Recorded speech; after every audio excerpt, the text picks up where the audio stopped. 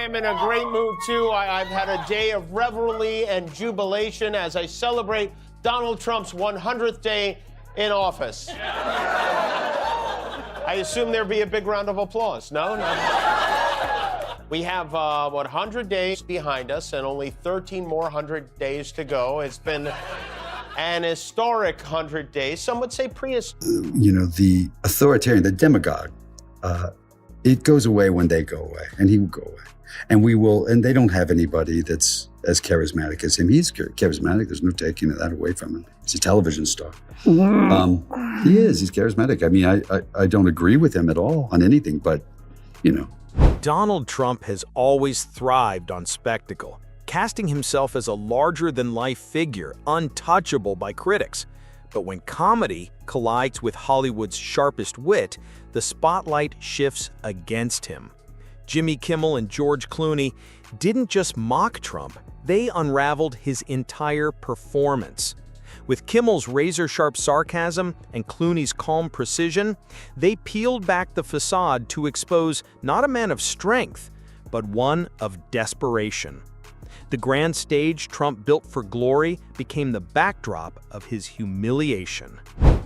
El Presidente took a trip down Cinco de Memory Lane today. He reposted this classic from 2016, Happy Cinco de Mayo. The best taco bowls are made in Trump Tower Grill. I love Hispanics. That was 9 years ago, and how far we've come. They were having a lot of fun with AI at the White House over the weekend. Did you see the picture of Trump as the Pope? On Friday, MAGA Teresa posted this photo of himself as the new Pope. Pope Banana Cream. Jimmy Kimmel and George Clooney didn't just roast Donald Trump. They turned his entire persona into a tragic parody of itself. For years, Trump has thrived on the image of a strong man, the mogul who could outplay anyone, the politician who shattered every norm. But under the combined force of Kimmel's late-night mockery and Clooney's effortless Hollywood charm, that illusion crumbled. The emperor wasn't merely exposed, he was reduced to a washed-up extra in his own poorly scripted reality show. Difficult to give Trump's first 100 days a grade, but if I had to, I'd say it falls somewhere between F and U.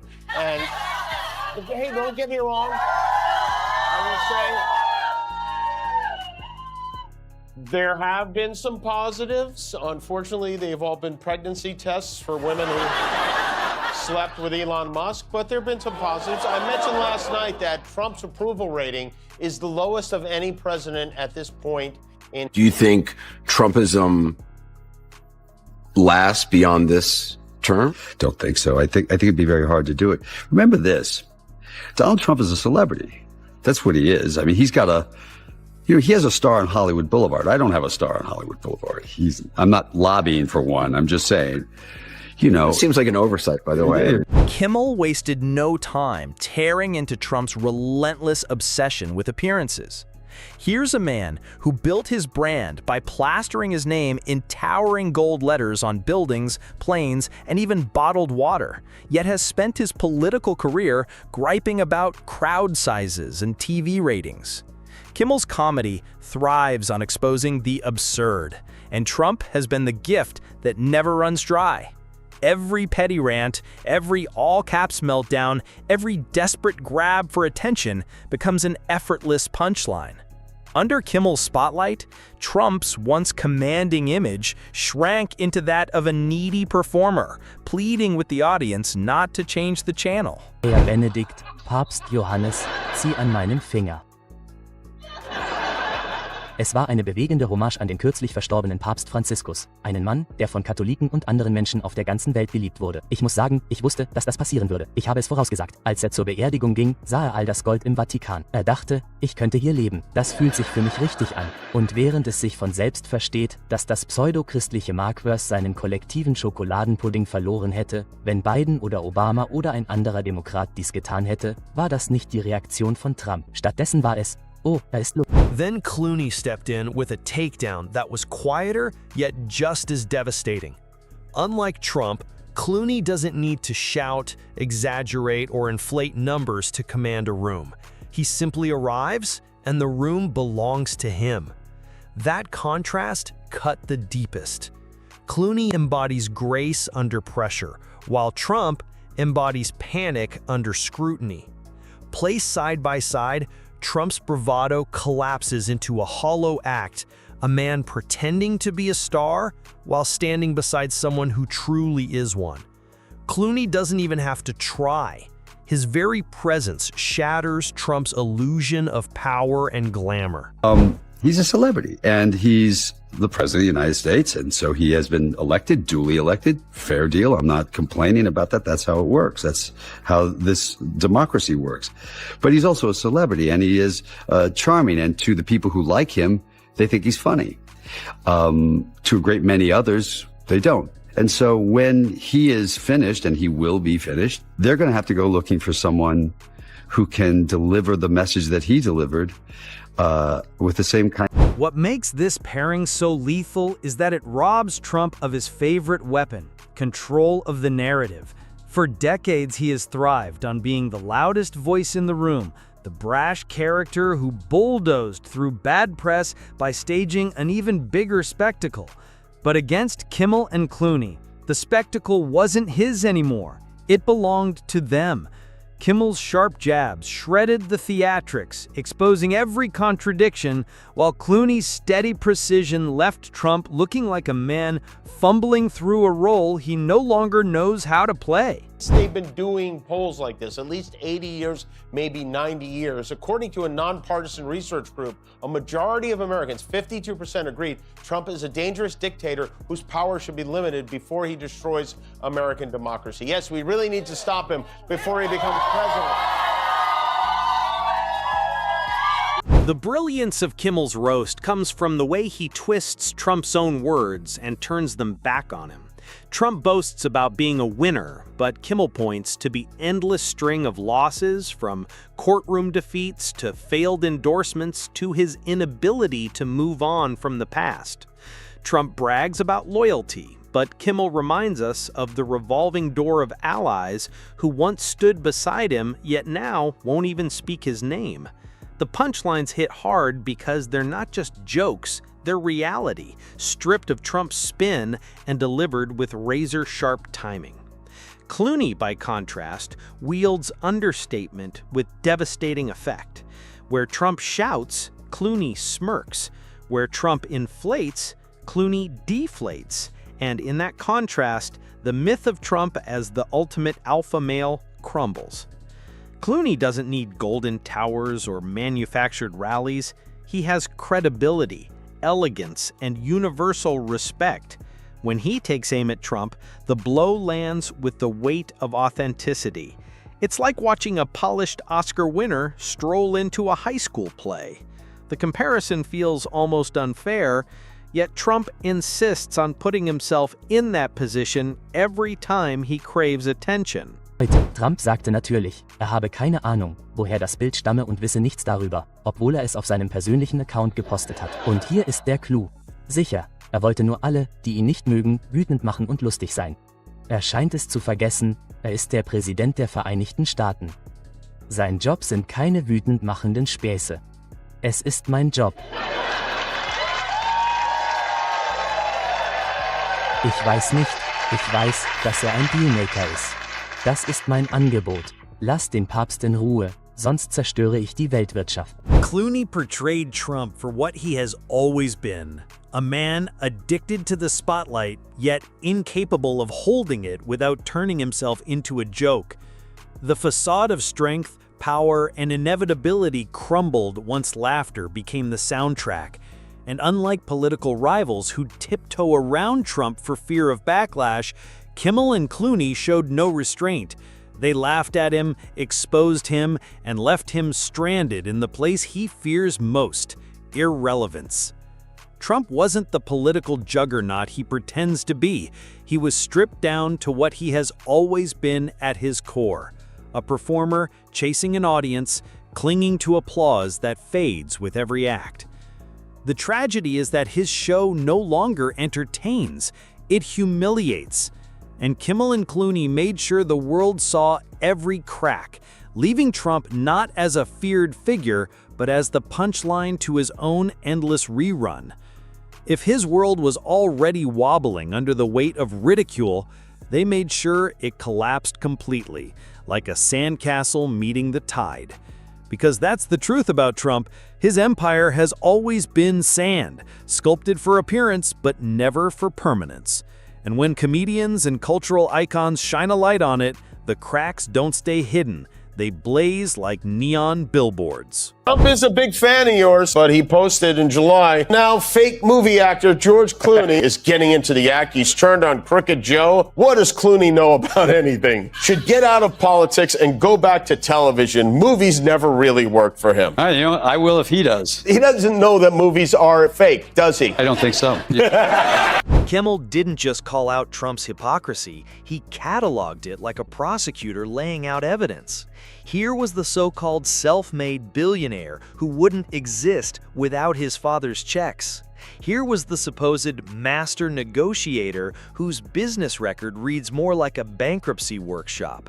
And here was the man of the people who spends more time golfing at exclusive clubs than mingling with the very crowd he claims to represent. Layer by layer, the Trump myth was stripped away until nothing remained but an empty shell. Meanwhile, Clooney brought his trademark charm honed into a weapon. He has played slick operators and suave leaders on screen, but here he took on the role of an undertaker, burying Trump's public persona with surgical precision. Clooney underscored Trump's obsession with celebrity, pointing out how the man who craved Hollywood's approval ended up as its longest-running punchline.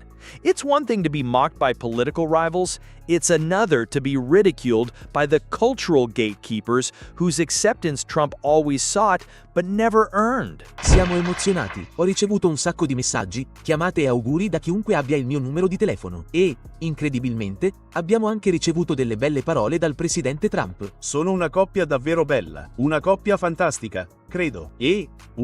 Il bambino è perfetto. Te lo farò sapere tra 21 anni. Ma il bambino sta bene, quindi siamo felici di questo. Non vedo l'ora di vedere il bambino. Sì, non uscirai con lei tra 21 anni. Trump appears not as a titan, but as a tragedy. A man who dreamed of statues in his honor, yet finds himself immortalized instead through late-night sketches and parodies that will outlast any policy he ever touched. The legacy he craved has been reduced to the punchline of a joke. And in many ways, isn't that the cruelest ending for someone who longed to be remembered as historic, only to be remembered as hysterical? What Trump fears most is that history will never take him seriously. Kimmel laughs at his latest social media meltdown, while Clooney points out that these outbursts are the desperate cries of a man who knows the spotlight is fading. The audience doesn't just laugh, they nod, because deep down, they see it too. And the symbolism is hard to miss.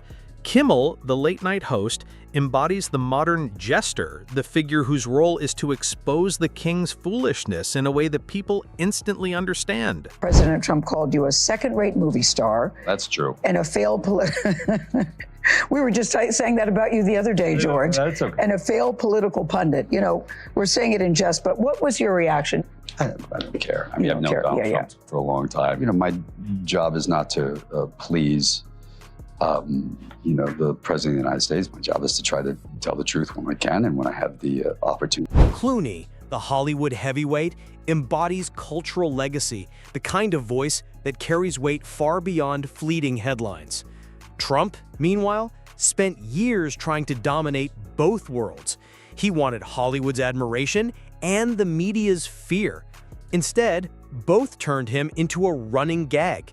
And that's more than ridicule, it's poetic justice. As the roast went on, Trump's contradictions stacked up like scenes from a blooper reel. The man who claimed he was too rich to be bought surrounded himself with lobbyists. The man who vowed to hire the best people burned through staff faster than a sitcom cycles through guest stars.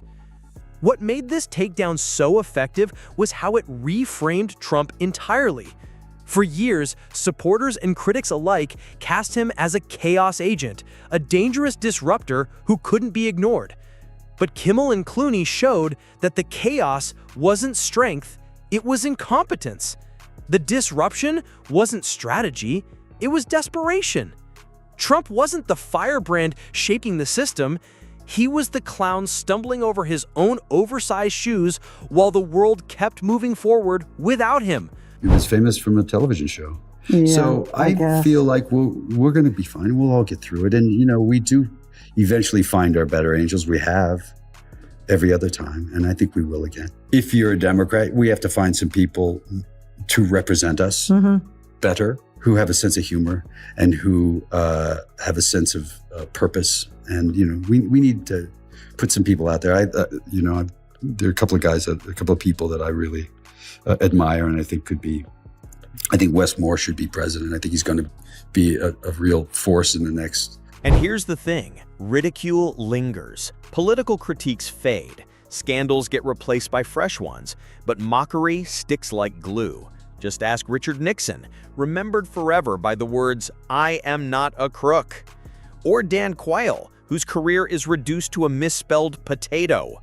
For Trump, the lasting sound bites aren't speeches or achievements, they're late-night jokes, impersonations, and viral moments of mockery. Kimmel didn't just add to that pile, he cemented it, ensuring Trump's cultural obituary will be written in punchlines, not policies. By the end, the scene felt almost cinematic. Trump's bluster unraveled like the villain's monologue in a film that dragged on too long. Recycled lines, tired drama, and fading impact. Then came the comedic counterpunch. Kimmel and Clooney delivered what felt like the final act. The credits rolling as the villain not only loses, but stumbles over his own ego, collapsing under the weight of his self-made absurdity. The laughter that followed wasn't just aimed at Trump, it targeted the illusion he spent decades trying to sell. The illusion of grandeur, of unshakable competence, of inevitability.